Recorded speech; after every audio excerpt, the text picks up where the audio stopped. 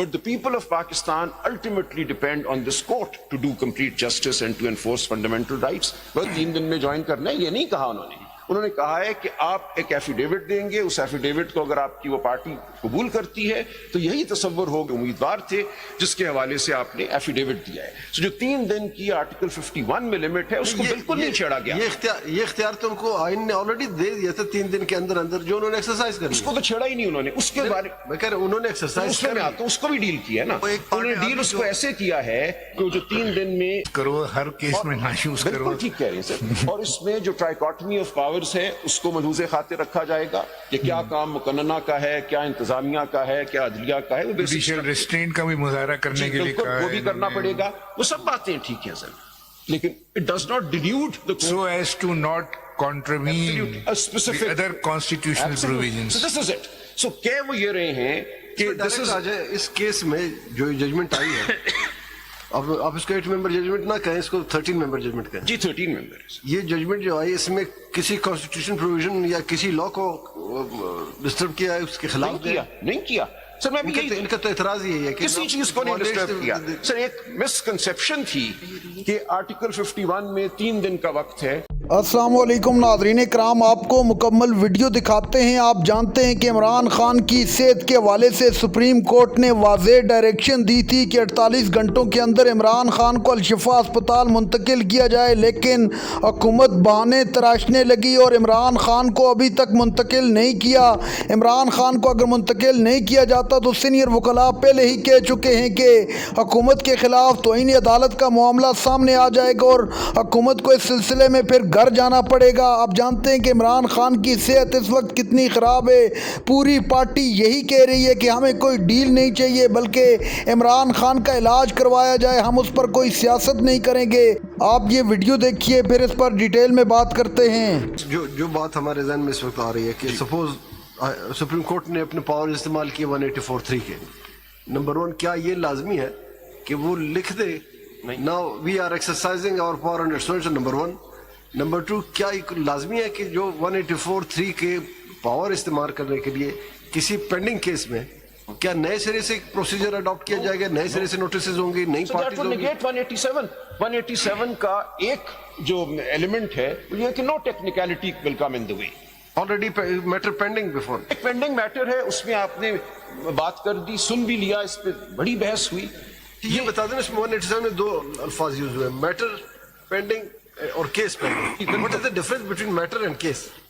Sir उसमें यही था ना, चूंकि सो मोटो आप पहले नोटिस ले लिया करते थे, that in effect became a matter rather than a case inter party. So that is, I think, what was being captured by this phrase, matter as well as case. So when a matter has come up to this court, whether through a case, a matter is also an issue which has emerged out of a case. So it could be either that your lordships have taken suo motu notice and a matter has come to the Supreme Court, or during the argument of a case, जो मैंने मिसाल दी कल वली का मामला था, that was a habeas corpus petition between a father and a daughter, and in fact the late Asma Jahangir, who was accused of having kidnapped the daughter. Matter in this case was distribution of seats. जी, so matter वही था। So उस matter के हवाले से एक broader issue आ गया which attracted 184(3) fundamental rights का इशू आ गया, पब्लिक इंपॉर्टेंस का इशू आ गया। This court therefore exercised its power, which was always available.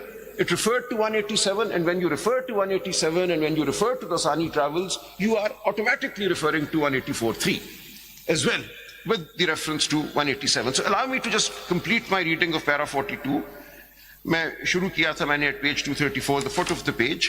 But the people of Pakistan ultimately depend on this court to do complete justice and to enforce fundamental rights. Whether somebody argues a matter or not, whether somebody makes a particular point or not, it is this court which has to decide and enforce those rights. What my learned friend asked, that there must procedure नहीं है sir. There must be some limit. Yes, ऐसा तो नहीं हो सकता कि वो तो उन्होंने खुद ही कह दिया ना, कल को हम कह दें कि जनाब नहीं प्राइम मिनिस्टर खत्म है। नहीं सर, वो तो खुद उन्होंने कह दिया ना, ट्राइकॉटमी ऑफ पावर्स को आपने सामने रखना है, उसको आपने नहीं छेड़ना।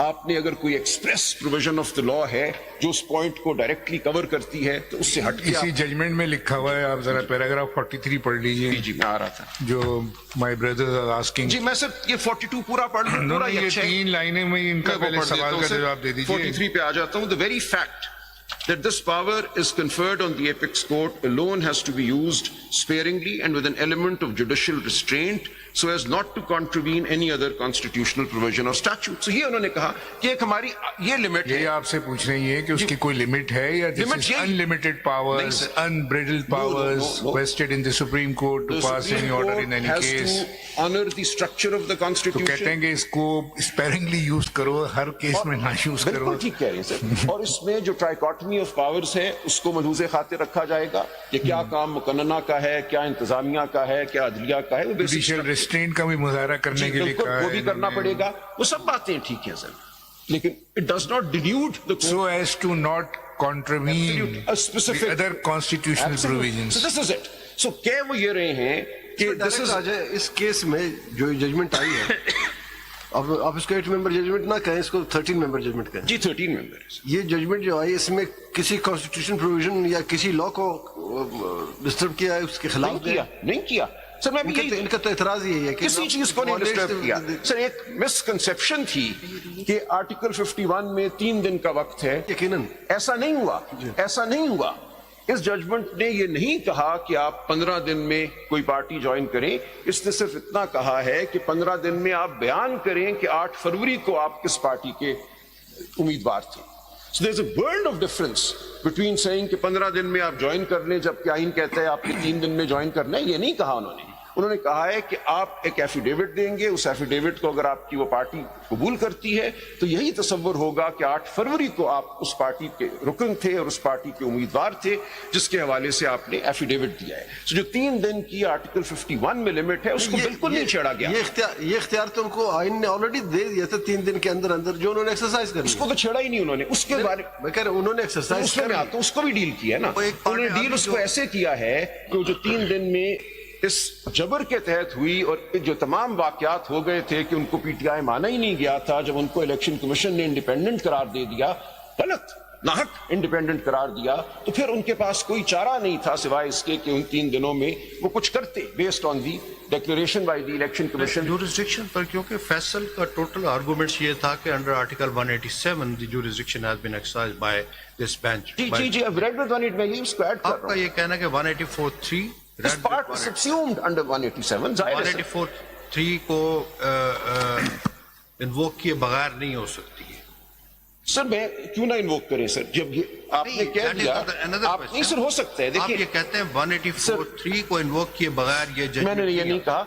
नाज़रीन कराम, आपने वीडियो देखी. सलमान अकरम राजा और मुअज़्ज़ज़ जजेस के दरमियान शदीद किस्म की तकरार. सलमान अकरम राजा ने कहा कि हमें सिर्फ अब उम्मीद सुप्रीम कोर्ट से. सलमान अकरम राजा ने जजेस के सामने हाथ जोड़ लिए और कहा कि वाहिद फोरम हमारे पास बचता है वो है सुप्रीम कोर्ट, और उसी से हमें उम्मीद है कि हमें इंसाफ मिलेगा.